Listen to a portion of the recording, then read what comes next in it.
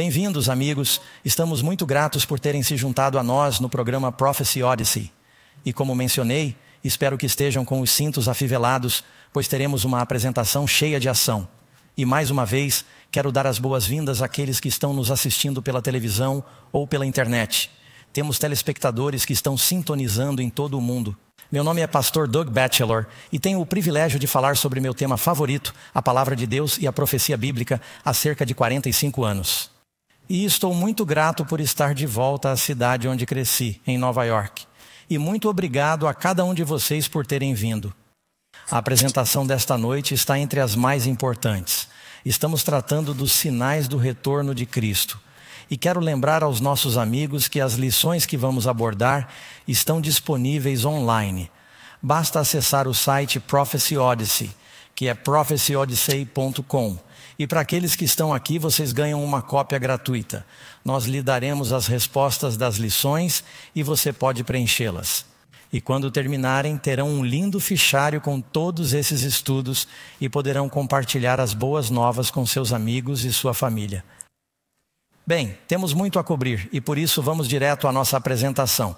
Eu uso um tipo de método de pergunta-resposta. Jesus usou isso para ensinar. Portanto, vamos entrar na pergunta número 1 de nosso estudo desta noite sobre os sinais da volta de Cristo. E algo aconteceu no ano do Senhor na Escócia, ao largo da costa. Na cidade de Imat, eles haviam passado por uma terrível tempestade. Por causa da tempestade, ninguém pôde pescar por vários dias. E todos estavam amarrados nas docas, na costa. Agora, eu só quero dizer ao nosso pessoal de tecnologia: aqui vamos nós, muito bem, estamos trabalhando agora. Todos estavam amarrados na costa e não podiam sair para pescar. Bem, esse é o principal meio de vida deles. Então, finalmente, houve uma pausa na tempestade, em outubro do ano do Senhor, e todo esse porto estava cheio de barcos de pesca. Todos os pescadores saíram e começaram a se preparar para sair para pescar e tentar ganhar algum dinheiro novamente e sair para pescar. Mas o capitão do porto costumava observar os instrumentos meteorológicos. Ele hasteou a bandeira da tempestade e disse às pessoas: "E não saiam, a pressão barométrica está caindo. Parece que ainda há uma forte tempestade lá fora." Mas os pescadores viram que seus amigos estavam indo e um deles disse: "Eu vou. Dia claro, tempo calmo, tenho que pescar." E eles disseram: "Bem, se ele está indo, eu vou." E a maioria dos pescadores saiu naquele dia. Eles ignoraram os sinais de alerta dos instrumentos. Como resultado disso, não sabiam que estavam no olho de um furacão. E uma terrível tempestade varreu o Mar do Norte naquela época, e quase 190 pescadores foram mortos por causa disso. Eles ainda chamam isso de Black Friday em Imath. Todas essas famílias perderam seus pais, seus maridos e seus irmãos porque não deram ouvidos aos sinais de alerta. Na palavra de Deus, o Senhor nos dá sinais de alerta sobre o que está por vir. Jesus disse que sua vinda seria algo semelhante ao que aconteceu nos dias de Noé. Sabe, Deus disse a Noé que uma tempestade estava chegando. E Noé avisou o povo. E Noé se preparou. E muitas pessoas disseram: "Sabe, acho que Noé está certo. O mundo é muito perverso." Mas eles olharam e não viram nenhuma chuva. E mesmo tendo visto os sinais, o céu ficou negro com todos os pássaros que vieram para a arca e todos os animais vieram, os limpos e os impuros. E todos eles. E pensaram: "Mas não há chuva." E eles esperaram até que Noé e todos entrassem na arca. E então a chuva começou depois que a porta foi fechada, e já era tarde demais. Jesus disse: "É assim que será no dia em que o Filho do Homem vier." Deus nos dá a profecia para salvar. Noé era um profeta e queria que as pessoas fossem salvas por meio dela. No livro de Amós, capítulo 3, versículo 7. Diz: "Certamente o Senhor Deus não fará coisa alguma, mas revela o seu segredo aos seus servos, os profetas." Agora, observe a história da Bíblia sempre que Deus está se preparando para fazer algo significativo. Como o dilúvio nos dias de Noé, ou quando ele estava prestes a libertá-los da escravidão do Egito, ele enviou um profeta. Qual era o nome dele? Moisés. E antes do cativeiro na Babilônia, havia Isaías e Jeremias. Antes da primeira vinda de Jesus, quem foi o grande mensageiro que veio? João Batista. Portanto, sempre que temos esses eventos críticos na história, Deus diz: Certamente o Senhor Deus não fará nada, ou seja, nada de grande importância, mas enviará um profeta para preparar, advertir, cortejar e conquistar pessoas. Você acha que Deus enviaria profecias para nos ajudar a nos prepararmos para a segunda vinda e o fim do mundo? Bem, Ele certamente o fez. Vamos falar sobre isso hoje à noite. Mas você sabe, sempre achamos interessante quando fazemos um seminário como esse, a tirar um tempinho para ir às ruas e receber algumas opiniões do que chamamos de homem da rua. O que as pessoas pensam sobre o fim do mundo e como ele pode acabar. Então vamos para a tela e ouvir alguns dos comentários que chegaram. Acredito que o mundo vai acabar, quero dizer, é uma realidade. Se olharmos para a ciência como uma causa, quero dizer, eventualmente ele seguirá seu curso como planeta. Quando? Provavelmente em um tempo significativo a partir de agora. Não acho que o mundo vai acabar amanhã. Tenho certeza de que um dia acabará. Não sei exatamente quando a Terra vai acabar. Quero dizer, é uma pergunta muito aleatória, mas eu diria que talvez alguns milhões de anos. Com certeza, está chegando. Lucas 21, versículo 10 a 19. Não acho que o mundo vai acabar, mas... Quero dizer, sou cristão. Sim, acho que o mundo vai acabar um dia. Sim. Sabe, será que vamos para o inferno? Nós vamos para o céu. Eu sei que vou para o céu. O que levaria este mundo ao fim? O ódio, o nuclear, a poluição. Talvez Satanás, não sei. Eu vou optar pela mudança climática. Provavelmente apenas guerra, política, algo do gênero. Pessoas discutindo e causando destruição nuclear. Voltando sim, é claro, como um verdadeiro cristão. Não. Não. Sim, acho que sim. Não. Porque eu acredito que Jesus está voltando e todas essas coisas. Mas há pessoas diferentes com pensamentos diferentes. Sabe, há algumas pessoas que dizem que o arrebatamento já aconteceu. E há pessoas que dizem que não há arrebatamento na Bíblia. Mas é muita coisa. Acho que você vai concordar comigo que as respostas estão espalhadas por todo o mapa. Amém. Então, como podemos saber a verdade? Será que simplesmente pegamos uma câmera na rua para saber a verdade? Ou vamos até a palavra de Deus? O céu e a terra passarão, disse Jesus, mas a minha palavra não passará. Quero lhe fazer uma promessa. Neste seminário, o que vou compartilhar com vocês está na Bíblia. Vamos lhe dar as Escrituras. Não quero que você acredite no que eu digo. Quero que você acredite no que a Bíblia diz. E vou compartilhar com você o que a Bíblia diz sobre essas questões muito importantes. Portanto, dê uma olhada. A propósito, esse é o livro mais vendido do mundo. E resistiu ao teste do tempo e começou a ser escrito há cerca de 3.500 anos por 40 autores em 3 continentes. Alguns eram pastores, reis, escribas, pescadores, todos de diferentes origens. E, no entanto, resistiu ao teste do tempo. Há uma razão para isso. É um livro inspirado. Então, tudo bem. Pergunta número 1 em nosso estudo. Qual era a certeza que Jesus tinha de que voltaria? O que a Bíblia diz? Cristo disse em João 14, espero que você tenha memorizado essa promessa. Ele disse, eu vou e preparo um lugar para vocês, e eu irei. O que está escrito? Eu voltarei novamente. Ele não disse que eu poderia. Ele disse, eu voltarei. Agora, lembre-se de que Deus disse a Adão e Eva que um Salvador viria. E todos os patriarcas sabiam que o Messias viria na primeira vez como um cordeiro. Ele viria da próxima vez como um leão. E demorou um pouco para que ele viesse, como um cordeiro. Mas ele veio. E Jesus disse, estou voltando, agora como um rei. Vou vir como um rei conquistador, como um leão da próxima vez. Há 1.800 passagens na Bíblia que falam sobre a segunda vinda de Jesus. Algumas pessoas dizem, por que você se concentra na profecia? Bem, Jesus o fez. A Bíblia o faz. E você pode encontrar 318 dessas passagens no Novo Testamento. E desde o tempo de Enoque, antes do dilúvio, Enoque disse, eis que o Senhor vem com 10.000 de seus santos. E quem sabe quais são as últimas palavras da Bíblia? Assim mesmo vem o Senhor Jesus. Então a vinda de Cristo é um tema bíblico? Então precisamos falar sobre o que o Senhor fala, certo? Certo. Outro versículo, Mateus 16, 27. O que diz sobre o Filho do Homem?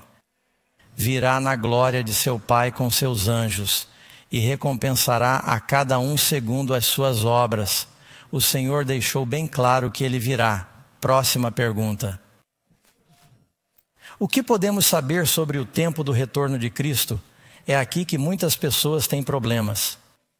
O que a Bíblia diz sobre isso? Jesus disse em Mateus, capítulo 24, versículos 24 a 36. Mas, sobre esse dia e essa hora, você notará em nossos slides que temos a resposta com uma cor destacada e uma espécie de cor azulada. Agora, as meninas sabem exatamente qual é essa cor. Para um homem, só conhecemos 16 cores, como o antigo Windows 3.11. É azul, algum tipo de cor azul. Mas você verá que as respostas estão aí. Você pode dizê-las comigo. Diz, mas que dia e que hora são esses? Ninguém sabe, nem mesmo os anjos do céu, mas somente meu Pai. Alguns estão dizendo, quer dizer que Jesus não sabia? Bem não, quando ele estava na terra, ele não tinha todo o conhecimento nadando em sua cabeça quando era um bebê e durante sua vida terrena. Mas ele certamente sabe agora. Não consigo imaginar que Deus, o Pai e o Filho estejam sentados lá no céu. E Jesus está dizendo, quando é que eu vou voltar? E eu digo, pessoal, eu tenho um envelope aqui, mas ainda não posso mostrá-lo a vocês. É claro que ele sabe agora. Na terra, Cristo colocou seu sinal, grande parte de seu conhecimento. Além disso, Mateus 24, versículo 44. Portanto, estejam prontos, pois o Filho do Homem virá em uma hora que vocês não esperam. Mas você notou o que ele disse? Ele está chegando. Mas vai surpreender muita gente. Então, quando alguém diz, eu calculei a data. Quantos de vocês já ouviram falar de um pastor ou ministério que escolheu uma data para a segunda vinda do arrebatamento? Percebem que até agora todos eles estão errados? Você sabe por que o diabo faz isso? Todos vocês conhecem a história do menino que se chamava Lobo? O diabo quer muitos ministérios e pessoas por aí marcando datas. Então, quando elas ficam empolgadas e Jesus não vem, elas abandonam completamente a fé. Então, quando alguém diz que há sinais de sua vinda, elas dizem, eu costumava acreditar nisso. E isso faz com que as pessoas percam a fé na palavra de Deus. Jesus disse, não marquem datas, nenhum homem sabe o dia ou a hora. Só Deus sabe disso. Mas o que podemos saber sobre a segunda vinda? Jesus disse em Mateus 24, versículo 33. Assim também vós, quando virdes estas coisas, sabei que é o quê? Está próxima mesmo às portas. Então podemos saber quando está às portas e quando está próximo de acordo com Jesus? Sim, bem amigos, eu lhes digo, está às portas e está próximo. Vamos examinar algumas das razões bíblicas que nos levam a crer que agora somente Deus sabe o momento e a data exatos. Eu ficaria longe de qualquer pessoa que diga que encontrou a data ou que pode calculá-la. Terceira pergunta. Que sinais Jesus nos dá para indicar que sua vinda está próxima? Agora primeiro vamos falar nesta lição. Dividimos esta lição em duas partes. Estamos falando sobre os sinais da proximidade da vinda de Jesus e em seguida falaremos sobre como ele virá. Para não sermos enganados, pois Satanás vai se passar por isso. Quais são alguns dos sinais? Para uma coisa, vamos fazer o seguinte, vamos ler a Bíblia. Quero apenas ler uma passagem da Bíblia para você e você pode procurá-la. Se quiser, faça uma anotação. Vou ler Mateus, capítulo 24, onde Jesus fala sobre a segunda vinda. E só para dar a vocês o contexto. Os discípulos estão mostrando a Jesus as belas pedras do templo reformado de Herodes o Grande. Ele reformou o tesouro nacional deles, o santuário. Karen, eu e muitos de nossa equipe estivemos lá, descemos abaixo do nível e vimos algumas das pedras. Há uma pedra lá que pesa mais do que um caminhão 747 totalmente carregado. E você pensa, como elas foram cortadas com perfeição? E mesmo naquela época, os discípulos dizem que se maravilharam com as pedras. E você sabe, Jesus o chocou. Ele disse, você não está vendo todas essas coisas? Eu lhes digo que não ficará aqui pedra sobre pedra que não seja derrubada. E os discípulos ficaram atônitos. E disseram, Senhor, quando acontecerão essas coisas? Qual será o sinal da tua vinda? E do fim do mundo? Então lhe fizeram várias perguntas. Todos eles lhe faziam perguntas. Ele então reuniu sua resposta em um único discurso.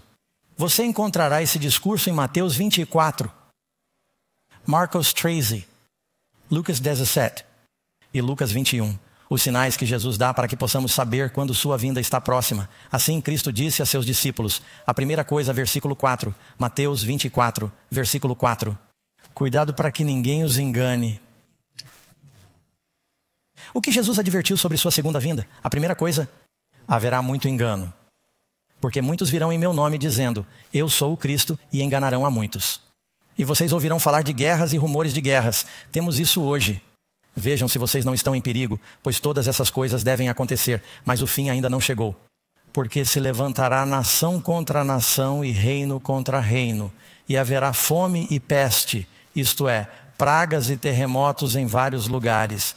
Tudo isso é o início das dores de parto. Então eles o entregarão à tribulação e o matarão. E vocês serão odiados por todas as nações por causa do meu nome. E muitos se escandalizarão e se trairão uns aos outros. Muitos se odiarão uns aos outros. Muitos falsos profetas se levantarão e enganarão a muitos. É por isso que realizamos este seminário, para que as pessoas possam ler a Bíblia por si mesmas e não serem enganadas. Porque convenhamos, há muitas vozes religiosas por aí. Nem todas estão dizendo a verdade.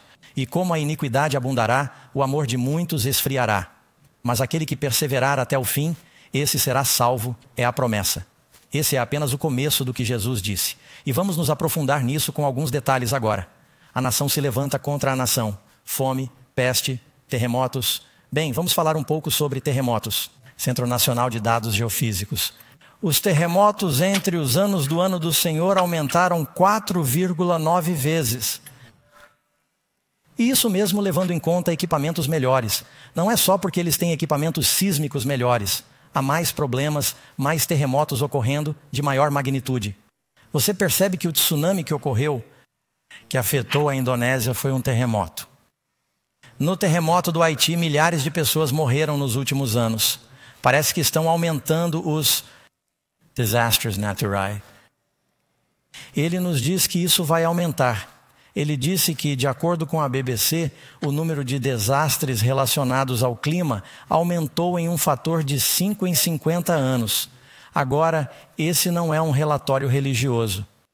Trata-se de um relatório de uma companhia de seguros sediada em Munique. E eles querem saber como fazer um seguro.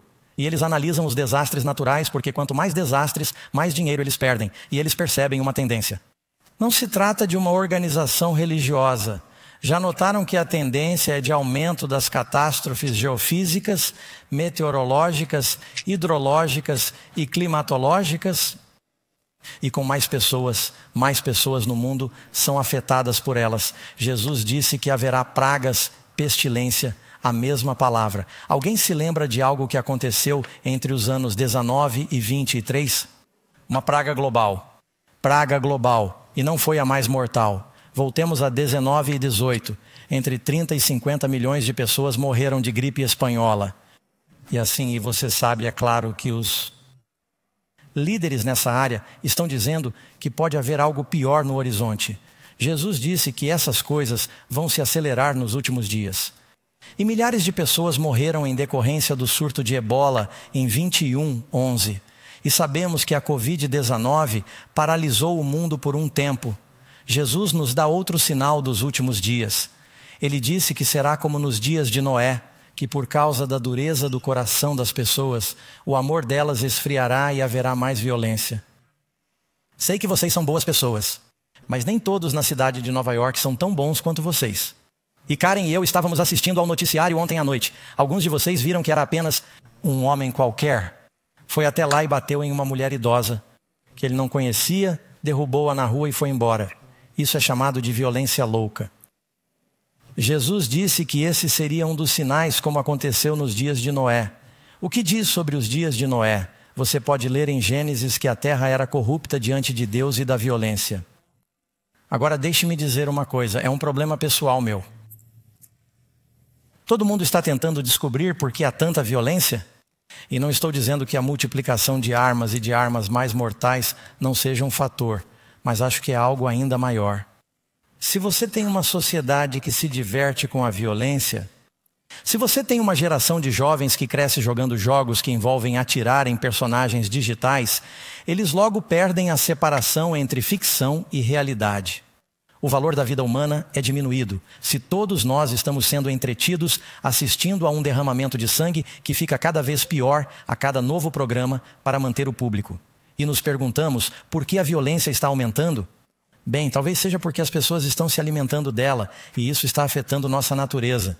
Gostaria de receber mais de um amém sobre isso, pois acabei de lhes dizer a verdade. Se gastarmos todo o nosso tempo, nos tornaremos semelhantes ao que contemplamos. E se tivermos uma cultura em todo o mundo e tudo o que produzimos nos Estados Unidos for importado internacionalmente? E se estamos importando a violência internacionalmente, por que será que a violência está aumentando? O coração dos homens está ficando frio. Precisamos do evangelho, amigos. A imoralidade está aumentando. Não apenas no rompimento do casamento, mas até mesmo na definição do casamento. Amigos, eu lhes disse que vou lhes dizer o que a Bíblia diz. Vocês querem que eu faça isso? Vou lhes dizer o que a Bíblia diz. Jesus disse: assim como foi nos dias de Ló, assim será também no dia em que o Filho do Homem se manifestar. Você sabia que há cerca de 200 mil americanos que são classificados como viciados em pornografia? Aqui eu tenho algumas estatísticas.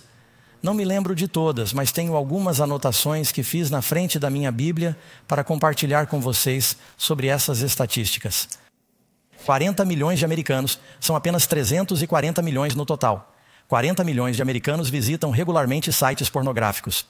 A indústria da pornografia ganha 97 bilhões de dólares em todo o mundo a cada ano. Isso é mais do que a Microsoft, o Google, a Oracle e as 10 maiores empresas de tecnologia juntas. 35% de todos os downloads da internet. Quando você se pergunta por que sua internet está lenta, 35% de todos os downloads da internet estão relacionados à pornografia. Pense na largura de banda que aumentaria. 34% dos usuários da internet já sofreram exposição indesejada e a mais precoce ocorre aos 8 anos de idade. Portanto, entre 8 e 11 anos é quando ocorre a primeira exposição. 1/3 dos espectadores de pornografia são mulheres. E ela desempenha um papel significativo em todos os divórcios. Sou pastor e, infelizmente, temos de fazer aconselhamento matrimonial. Posso testemunhar que isso é verdade. É uma epidemia. E Jesus disse que os problemas em Sodoma e Gomorra eram a imoralidade sexual em todas as escalas. Mas acho que estamos de acordo. Jesus disse: essas não são minhas palavras. Portanto, espero que vocês não vejam isso como discurso de ódio. Jesus disse que desde o princípio, Deus os fez homem e mulher. Ele não nos deu 20 opções. Eu ainda acredito em Jesus. Sinto muito. Você tem que falar com ele sobre isso. Não fique bravo comigo. População em crescimento. Em todo o mundo, até o ano 2550, a população da Terra será de 9,5 bilhões. Tenho outra nota que quero ler para vocês. Isso é simplesmente fantástico quando você pensa sobre isso. Porque essa é outra razão pela qual eu acho que isso não pode continuar para sempre. Ouçam isso. Toda a história da humanidade levou até cerca de 1800, para chegar ao 1º bilhão de pessoas. Ou seja, cerca de 5.000 anos de história bíblica para chegar ao 1º bilhão de pessoas. Depois foram necessários apenas 130 anos. Em 1930 para chegar ao 2º bilhão. O 3º bilhão levou 30 anos. Lembro-me de quando havia 3 bilhões de pessoas no mundo hoje. Não é hoje, eu me lembro disso. O 4º bilhão levou 15 anos.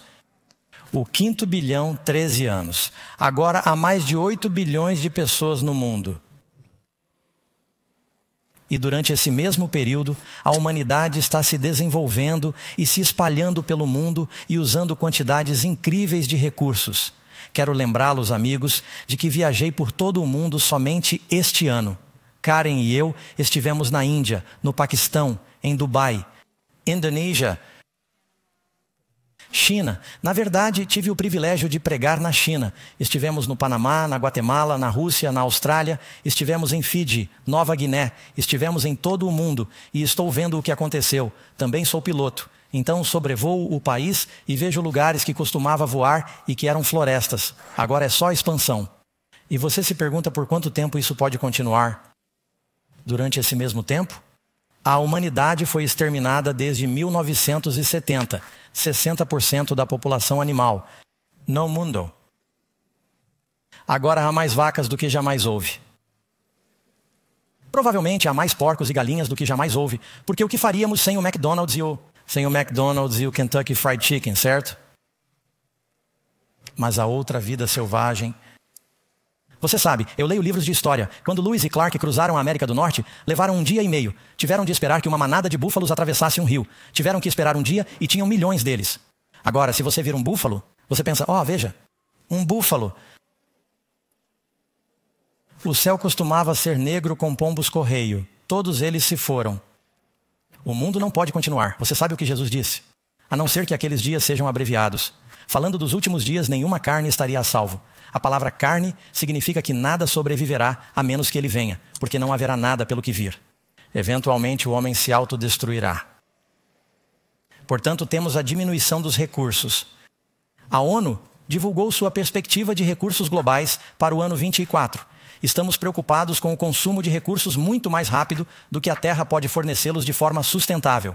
Algumas coisas não podem ser fornecidas novamente. Não estamos produzindo petróleo novo. Em 2550, serão necessárias 3 terras para atender a demanda mundial. A instabilidade política e as armas nucleares são algo para se pensar. Você percebe que o homem nunca criou uma arma que não tenha usado. E, em vez de desativar todas as armas nucleares, o Zenit e a Rússia são os principais detentores do maior número delas. Mas, é claro, a Índia, o Paquistão, Israel, a Europa, elas estão em todo o mundo. A Coreia do Norte as tem. A China as tem. Eles não pararam de fabricá-los porque dizem que é uma forma de dissuasão. Mas, conhecendo a natureza humana, algumas pessoas são radicais e outras por vingança, eventualmente por acidente, insensatez ou loucura.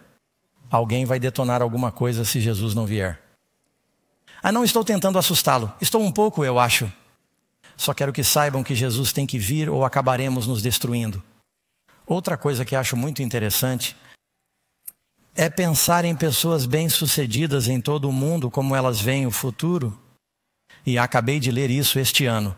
Mark Zuckerberg, é claro, que é o fundador e principal proprietário do Facebook e da Meta. Ele comprou um enorme rancho em Kauai, uma linda ilha no Havaí, e está construindo um bunker de 5.000 metros quadrados sob seu rancho em uma ilha. Por que você construiria um bunker sob um rancho em um vulcão? Mas eles, é claro, estão fornecendo tudo para ele. Portanto, é autossuficiente, é independente, fora da rede. Mas ele não está sozinho. Você pode seguir a linha e olhar para milionários como Jeff Bezos, Peter Thiel e outros.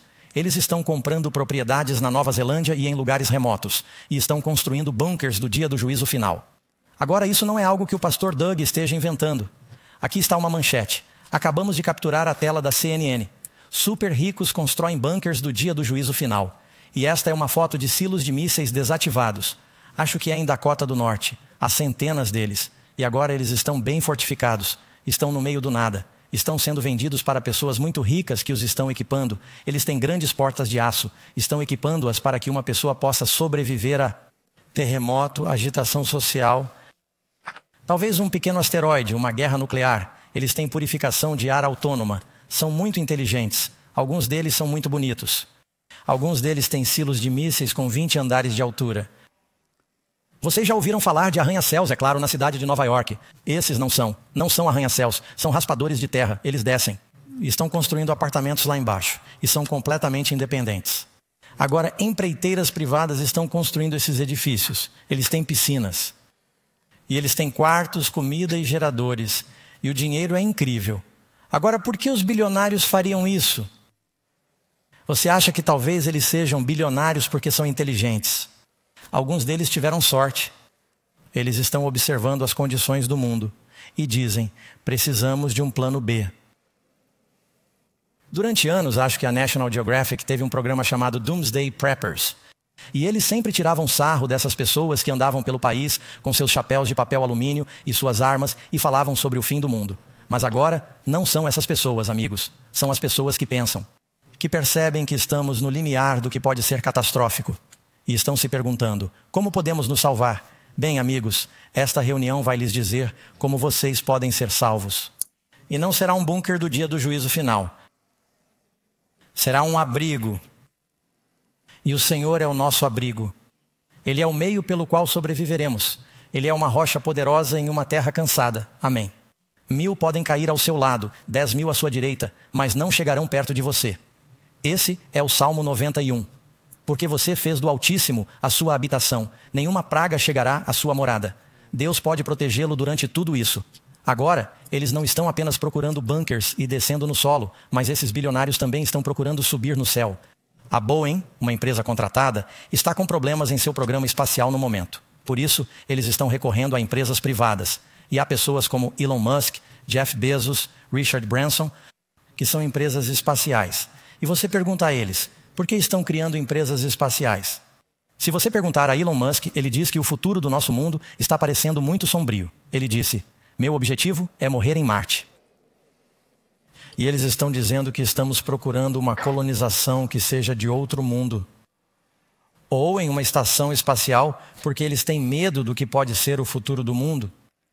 E você tem a SpaceX e a Blue ou Origin e todas as diferentes empresas. E francamente, eu adoraria fazer uma viagem até lá. Isso seria muito interessante.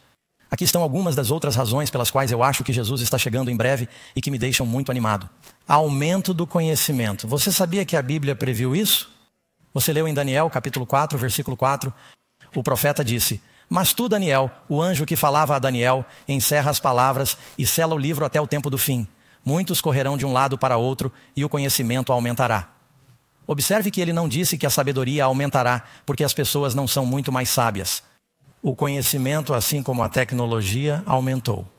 Se eu pegasse meu smartphone e o mostrasse ao apóstolo Pedro e dissesse: "Pedro, venha cá, quero lhe mostrar uma coisa. Sei que você está em Israel, Paulo está em Roma neste momento. Você gostaria de falar com ele?" Isso teria surpreendido só o telefone. Então você quer olhar para ele enquanto fala com ele. Você quer fazer upload de uma receita para ele? Talvez você queira fazer uma chamada com Zoom com toda a igreja. Gostaria de dar uma olhada no Google Maps e ver como chegar lá o mais rápido possível? Eles pensariam que você é uma bruxa. Certo? Sabe, meu avô nasceu na cidade de Nova York. De fato, ele nasceu no Harlem. Havia muitos judeus no lado da minha mãe, que é toda judia. E ele nasceu à luz de velas. Meu avô andava a cavalo. Acho que ele ainda tem alguns cavalos, certo? Mas eles andavam a cavalo pela cidade de Nova York. Veja como o mundo mudou em uma vida. Ele disse que muitos correrão para lá e para cá. O conhecimento aumentará. As pessoas estão correndo para lá e para cá agora mais do que nunca. Basta considerar o aumento do conhecimento. Quero dizer, basta ver o que aconteceu no século passado com tudo, desde o automóvel, o avião, o rádio, a penicilina, a aterrissagem na Lua, as estações espaciais, tecnologias explodindo exponencialmente. Agora dizem que todo o conhecimento do homem. Aprendemos mais nos últimos 10 anos do que todo o conhecimento e toda a história do homem juntos. E agora com a IA, e é uma faca de 2 gumes como a internet, como todas as comunicações, ela pode ser usada para o bem ou para o mal. Mas é bastante assustador o que ela pode fazer. Evangelização global. Isso me deixa muito animado. Jesus disse que um dos sinais antes de voltar é o capítulo 4 de Mateus, versículo 14. E este evangelho do reino será pregado em todo o mundo, em testemunho a todas as nações, e então virá o fim. Pensem no que está acontecendo aqui mesmo na cidade de Nova York. Sabe, temos uma multidão modesta comparada com o que está acontecendo no mundo todo. Há dezenas de milhares, se não centenas de milhares de pessoas que estão participando neste momento. Ou estarão amanhã devido à mudança de horário. E onde quer que vamos no mundo agora é incrível. Vou ao Oriente Médio. E as pessoas vivem em uma tenda. E há uma antena parabólica saindo da tenda. E as cabras entram e saem pela porta da frente. Mas eles têm uma TV via satélite. Essa é a verdade. Karen e eu estávamos na Nova Guiné. Estávamos na selva da Nova Guiné. Levamos nossa equipe de filmagem. Dissemos que queríamos ir para as colinas e ver o que era típico. Típica cabana nativa com um jardim.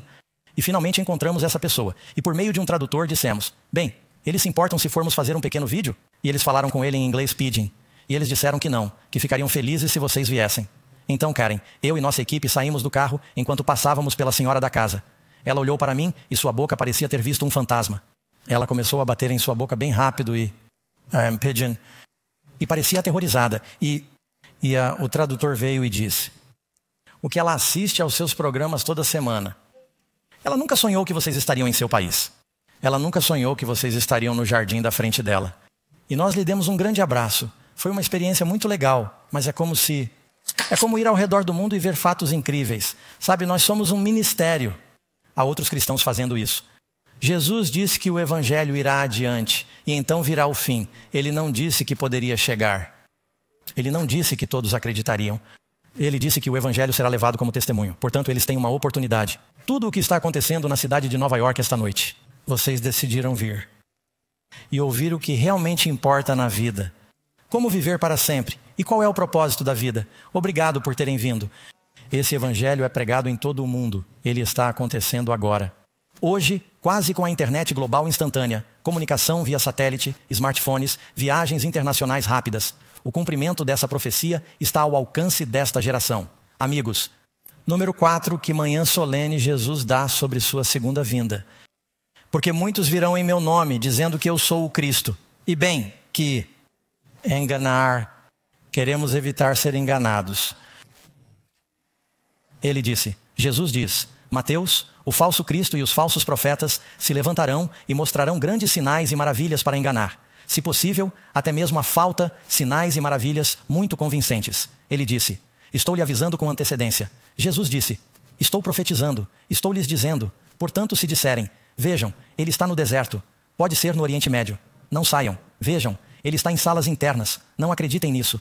Porque quando Cristo vier, ele diz, será como um relâmpago. Todo mundo vai saber, certo? Não sei se você já conheceu um falso Cristo. Provavelmente, se você mora na cidade, já conheceu vários. Quando eu morava nas montanhas em uma caverna, estava vivendo como um eremita por cerca de 1 ano e meio. Um dia, no pátio de minha caverna, chegou um caminhante. E o cara tinha cerca de 1,80 m de altura. Um homem bonito, cabelos ruivos na altura dos ombros, barba, olhos cor de avelã. Não havia ninguém lá em cima além de mim. Ele se sentou e conversou comigo por 1 ou 2 minutos. E então ele disse, eu sou Jesus. Bem, no começo eu pensei, eu tenho alguns amigos espanhóis chamados Jesus. Talvez ele quisesse dizer que eu sou Jesus. Então perguntei um pouco mais. Ele disse que não, eu sou Jesus. Isso me deixou um pouco abalado, pois comecei a ler a Bíblia há pouco tempo. E então pensei, estou aqui nas montanhas com Jesus ou com alguém louco. E pensei, o que devo fazer? Pensei que se for Jesus, não quero ferir seus sentimentos. Portanto, fui um pouco cauteloso em minha resposta. Agora, se você é Jesus, você não disse que quando vier será nas nuvens e todos verão? Ele disse, bem, sim, isso é para a maioria das pessoas, mas estou vindo especialmente para preparar algumas outras pessoas. Ele conhecia sua Bíblia, tinha uma resposta para tudo. Mas eu sabia que algo não estava certo, especialmente depois que ele ficou comigo por 3 dias, comeu toda a minha comida e não fez nenhum trabalho. Eu sabia que Jesus não faria isso. Então eu o expulsei, tive de despejar Jesus. Alguns dias depois, eu o vi em Palm Springs e ele havia encontrado um apóstolo. Esse hippie alto o estava seguindo. Esse é Jesus. Alguns dias depois, eu o vi novamente na cidade e ele estava sem o dente da frente. Eu me senti muito mal por ele, mas me senti bem por mim porque pensei, eu sei que Jesus tem todos os dentes. Naquele momento eu tinha certeza de que não era Jesus. Mas os falsos cristos dos últimos dias serão muito convincentes. Eles não serão apenas pessoas perturbadas. Número 5. O que impedirá que os justos sejam enganados? Qual é a resposta, amigos? A palavra de Deus, a lei e o testemunho. Isso significa a lei e os profetas, a palavra de Deus, o Novo e o Antigo Testamento. A lei e ao testemunho. Se eles não falarem de acordo com essa palavra, é porque não há luz neles. Vamos mostrar a você, com base na palavra de Deus, como você pode separar o trigo do joio, o verdadeiro do falso. Amém. Tua palavra é lâmpada para os meus pés e luz para o meu caminho. Portanto, estamos falando agora, não apenas sobre a breve vinda de Jesus. Agora estamos falando sobre como ele virá. Deixe-me dizer porque isso é importante. Quando Jesus veio pela primeira vez como um bebê, onde estava o seu povo, a nação de Israel? Eles estavam todos prontos e esperando com faixas dizendo que ele estava aqui. Eles tinham a Bíblia? Eles tinham suas profecias. Será que eles entenderam mal as profecias? E não estavam prontos para a sua primeira vinda. Será que o diabo mudou? Ou é possível que ele faça isso novamente? E grande parte da igreja agora está esperando que Jesus venha de uma forma que ele não disse que viria.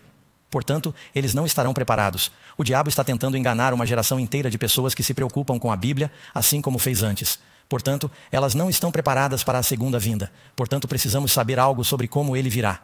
A Bíblia diz que o próprio Senhor descerá. Estamos em 1 Tessalonicenses, versículo 16. Ele descerá do céu com um quê? Um brado com a voz do arcanjo na trombeta de Deus. Trombeta de Deus. Agora, deixe-me fazer uma pequena ressalva. Há cristãos bons, cheios do Espírito e voltados para o céu em muitas igrejas diferentes. Estão todos me ouvindo? Tive o privilégio de pregar em igrejas metodistas, igrejas nazarenas, igrejas pentecostais, igrejas batistas, igrejas quadrangulares. E conheci pessoas adoráveis em muitas denominações diferentes. E não estou querendo dizer nada que ofenda alguém. É claro que eles discordam em diferentes pontos. Todos nós sabemos disso. Acho que podemos nos amar e discordar em alguns pontos, amém? Mas vou lhe dizer o que acredito que a Bíblia ensina. A ideia de que o arrebatamento, eu acredito no arrebatamento, que seremos arrebatados, mas não acredito que seja secreto. A ideia do arrebatamento secreto é um ensinamento relativamente novo. Durante 1900 anos, a igreja acreditou em uma vinda gloriosa, visível, barulhenta e óbvia do Senhor. E você pode estar pensando, bem, a Bíblia não diz que ele virá silenciosamente como um ladrão?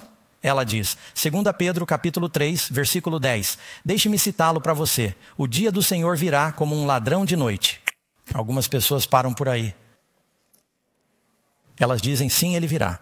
Os santos são arrebatados antes da tribulação. Então, haverá 7 anos de tribulação e a igreja não precisará se preocupar com as pragas da tribulação, pois já fomos arrebatados porque ele veio como um ladrão.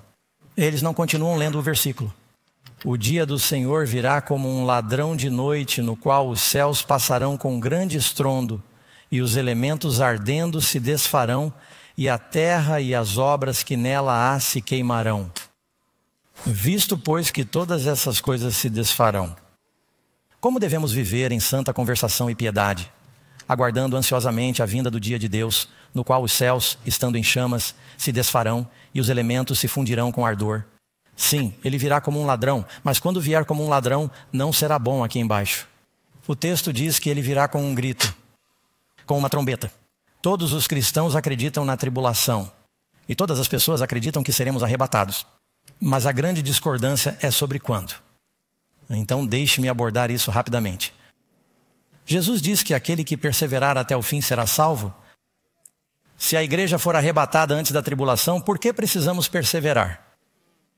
Somos os filhos de Israel. A propósito, a grande tribulação também é a mesma coisa que as 7 últimas pragas em Apocalipse 15 e 16.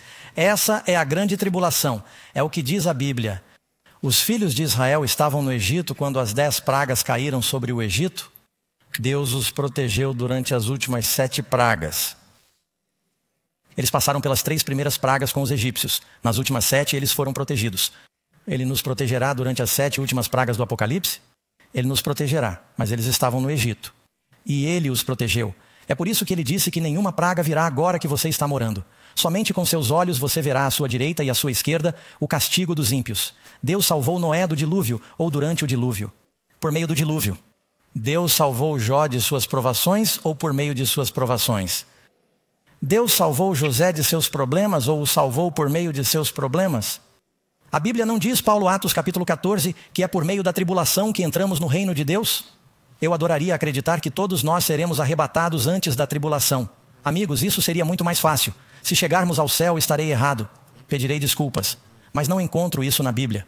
Acho que Deus nos diz que agora precisamos fortalecer nossa fé para que possamos permanecer firmes. Jesus diz, orem para que vocês possam ser considerados dignos de escapar de todas essas coisas e estar em pé diante do Filho do Homem quando ele vier. Agora vamos descobrir o que a Bíblia diz. É justo? Sim. Continue. Jeremias 25. O Senhor rugirá do alto e fará ouvir a sua voz da sua santa habitação. Ele rugirá poderosamente contra o seu rebanho. Ele dará um grito como os que pisam as uvas contra todos os habitantes da terra. Nosso Deus virá, e como se diz, não se calará. Um fogo devorará diante dele e haverá grande tempestade ao seu redor. E sei que há muitas pessoas queridas que foram ensinadas por Tim LaHaye, um bom homem que escreveu a série Deixados para Trás, colorido. A primeira coisa que ele diz é que se trata de um romance. Ele não diz que é bíblico, ele diz que é um romance. E os pilotos estão voando e de repente o copiloto desaparece. Ambos são pilotos e a praga cai porque eles foram arrebatados e ninguém mais foi. Um homem vai falar com sua esposa e ela não está lá. Apenas suas roupas estão na cama e seus cachos porque ela foi arrebatada. Ele foi deixado para trás, mas tem uma segunda chance. Veja, o diabo está dizendo às pessoas que elas terão uma segunda chance. Não, amigos, vocês precisam se preparar agora para quando Jesus vier. Número 7. Quem verá Jesus quando ele voltar? O que a Bíblia diz? Então aparecerá no céu o sinal do Filho do Homem e todas as tribos da terra se lamentarão e verão o Filho do Homem vindo sobre as nuvens do céu com poder e grande glória. Apocalipse 1, 7. Eis que ele virá nas nuvens e quantos olhos o verão? todo olho o verá. As pessoas sempre dizem, como o pastor Doug, como todos os olhos podem vê-lo em um mundo redondo. Não se trata do mesmo momento. Significa que no dia em que ele vier, ele vai varrer a terra. Todos o verão naquele dia. Número 8, quem estará com Jesus quando ele vier? Quando o Filho do Homem vier em sua glória e todos os santos anjos com ele. Agora, como era a glória de um anjo? A Bíblia diz que é como um relâmpago que brilha do leste para o oeste. Mateus 24, 27. Quando Jesus chegou, 1 ou 2 anjos rolaram a pedra.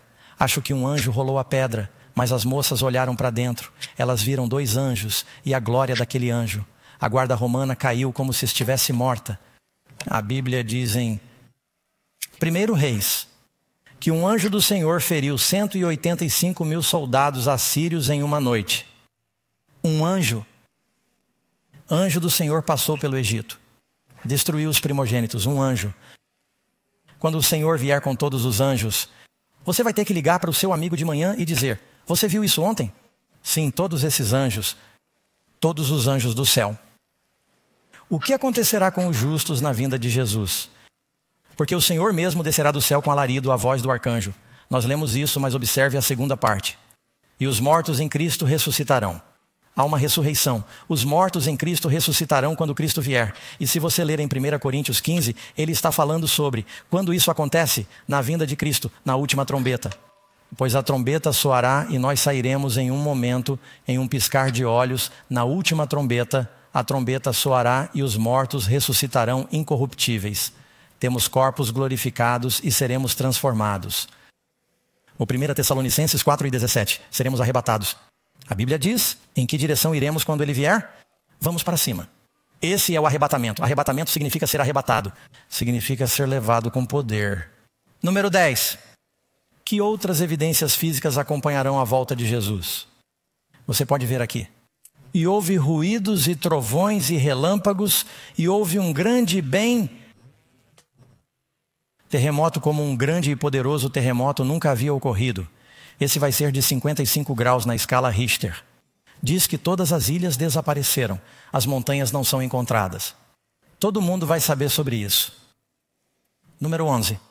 O que o brilho da vinda de Jesus causará aos vivos, que são iníquos. Agora você tem os mortos em Cristo e os vivos em Cristo são arrebatados. E quanto aos ímpios, o que acontece com eles? A propósito, ninguém aqui precisa estar nessa categoria. Você está aqui esta noite porque o Senhor quer que você esteja no primeiro grupo. Diz o texto. E para que vocês que estão aflitos tenham descanso conosco quando o Senhor Jesus se manifestar do céu com seus anjos poderosos em fogo flamejante, tomando vingança daqueles que não conhecem a Deus. A Bíblia diz que vai ser muito parecido. Eles fugiram da cidade e choveu fogo do céu. Acabei de ler isso para vocês em 2 Pedro capítulo 3. Mais uma vez, leia o que diz em 2 Tessalonicenses 2:8. Então aquele iníquo, o poder do anticristo, que o Senhor consumirá com o sopro de sua boca e fará o quê? E destruirá com o quê? O resplendor da sua vinda destrói os ímpios. Mas o povo de Deus, eles o buscarão com alegria. Número 12. O que os anjos farão na segunda vinda de Jesus? Cristo prometeu que enviará seus anjos com o som de uma trombeta. Essa mesma trombeta, e eles reunirão seus eleitos dos 4 cantos do céu. Isso significa norte, sul, leste e oeste. Ele envia seus anjos para reuni-los. É assim que todos os olhos o verão. E com os mortos em Cristo, nós estaremos juntos. Haverá a maior reunião da história quando o Senhor vier. Como estamos vivendo pouco antes da segunda vinda de Jesus. E como devemos nos relacionar com esse evento solene? Qual deve ser a nossa atitude, amigos? Portanto, também, estejam prontos. Ele disse para nos prepararmos. Quantos de vocês sabem que estarão vivos amanhã? Não estou tentando assustá-los, mas vocês sabem. Nem todo mundo recebe um bilhete do médico. Às vezes somos surpreendidos. E alguém perguntou a um rabino judeu: qual é o melhor momento para se arrepender? E ele disse: no último dia de sua vida. E o homem disse: bem, e se você não souber qual é o último dia? O rabino disse: exatamente. Hoje, Jesus disse, se você ouvir a voz dele, não endureça seu coração. Esteja pronto. Viva em uma atitude de: estou caminhando com o Senhor agora. E vocês podem ter essa experiência esta noite, amigos. Basta vir como você é para Jesus. Como as pessoas serão recompensadas na segunda vinda de Jesus? Há apenas 2 grupos, amigos: vida e morte. Bons e maus, salvos e perdidos. Deus quer que você tenha vida. Um grupo. Apocalipse 22. Eis que venho sem demora, e o meu galardão está comigo para dar a cada um segundo a sua obra. Agora, espere um segundo, pastor Doug. Pensei que fôssemos salvos pela graça. Você é.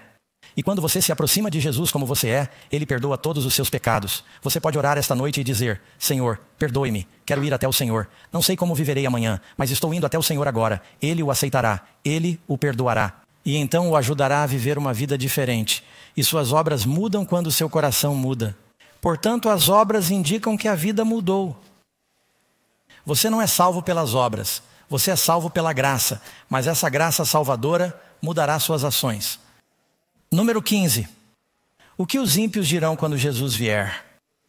Resposta: os ímpios. Apocalipse 6:6. Eles dizem às montanhas e às rochas: caiam sobre nós e escondam-nos da face daquele que está sentado no trono e da ira do Cordeiro.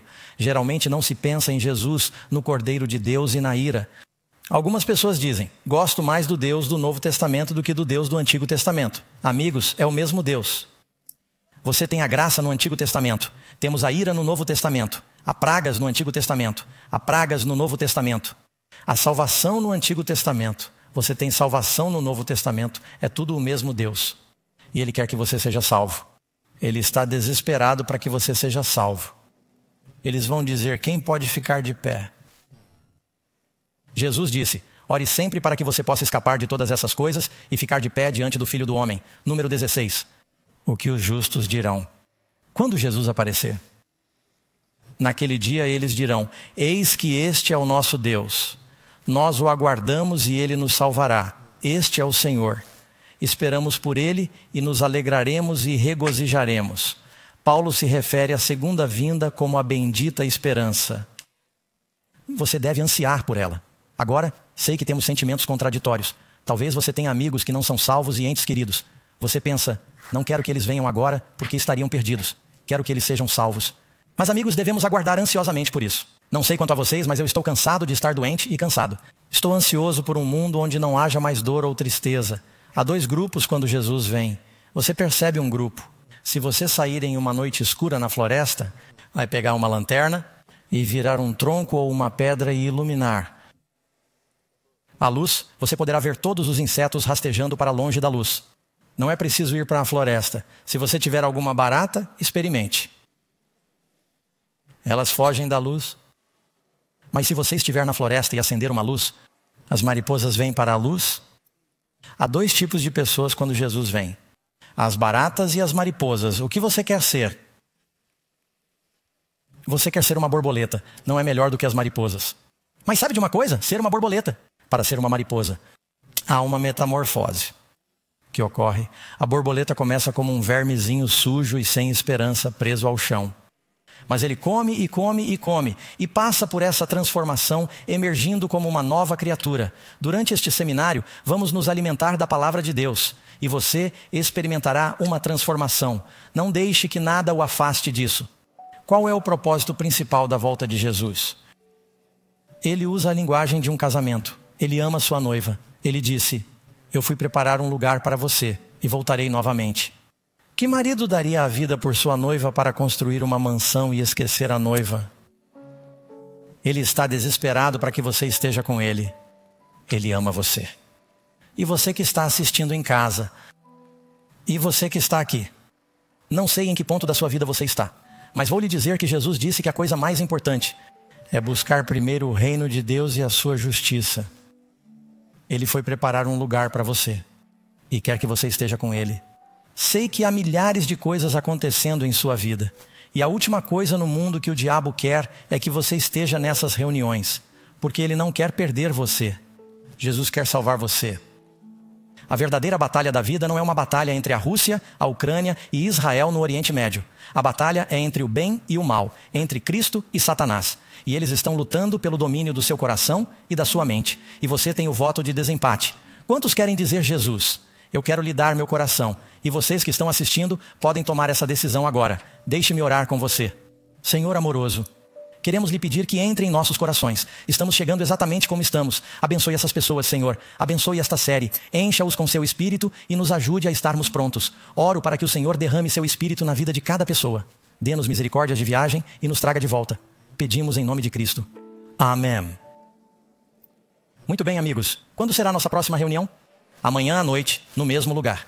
Vocês que estão assistindo, vamos falar sobre a profecia da história. A profecia bíblica mais incrível das Escrituras. Você não vai querer perder. Tragam seus amigos. Se não tiver amigos, traga seus inimigos. Deus os abençoe e tenham uma boa noite. Muito obrigado por terem vindo.